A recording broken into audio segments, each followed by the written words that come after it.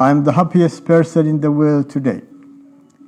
The historic address on the recognition of the Republic of Somaliland.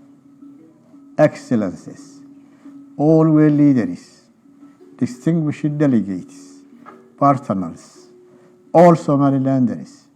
Today, I address you at a moment of historic significance for the Republic of Somaliland.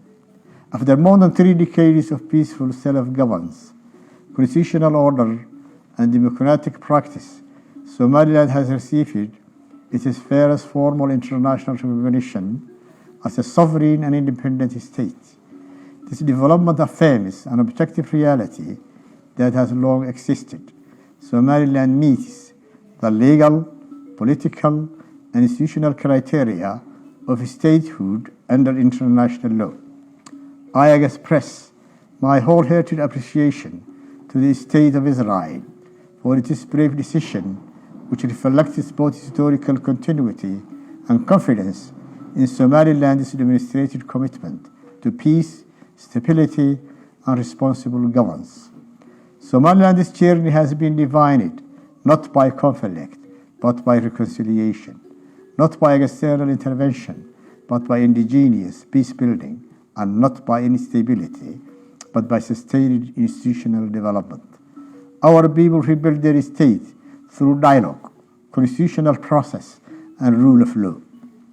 We give assurance that Somaliland's recognition is not directed against any state, nor does it impose a threat to regional peace. On the contrary, clarity of status contributes to stability. A recognized Somaliland strengthens cooperation, enhances security, and supports economic integration in the Horn of Africa and the Red Sea region. Regarding Somalia, we confirm that the peoples of Somaliland and Somalia share deep bonds of history, culture, faith, and economic interdependence.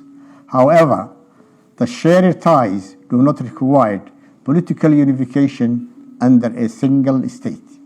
On the contrary, history has shown that previous trail of unity resulted in instability, injustice, and long-lasting harm. Somaliland has voluntarily joined the Somali Republic with its counterpart Somalia, but those arrangements failed, and the name of Somali Republic is not anymore in the recent constitutions of neither Somaliland nor Somalia. The lesson of that experience is clear. The pursuit of a unity that no longer exists risks prolonging division rather than healing it. So our people in Somaliland chose a different path, which is grounded in peace, self-determination, and responsibility. The Republic of Somaliland therefore believes that the most constructive path forward lies in accepting political realities, avoiding zero-sum narratives, and focusing instead on healing past wounds and advancing shared interests. As a sovereign neighbors, Somaliland and Somalia can operate more effectively in peace, trade, security, and regional development.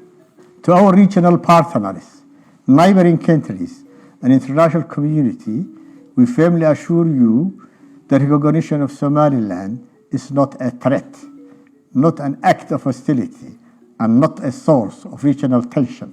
Somaliland has been and will continue to be a responsible and a constructive actor committed to peace, cooperation, and shared development. To our partners in the Arab and Muslim world, we wish to state clearly that Somaliland is a Muslim nation, deeply rooted in Islamic values of moderation, justice, and coexistence. Our foreign policy is guided by balance, respect, and adherence to international norms. Somaliland's recognition does not represent alignment against an Islamic nation or community. Somaliland remains committed to peaceful coexistence, constructive diplomacy, and mutually respectful relations with all neighboring countries and UN members in accordance with the principles of sovereignty, territorial integrity, and international law.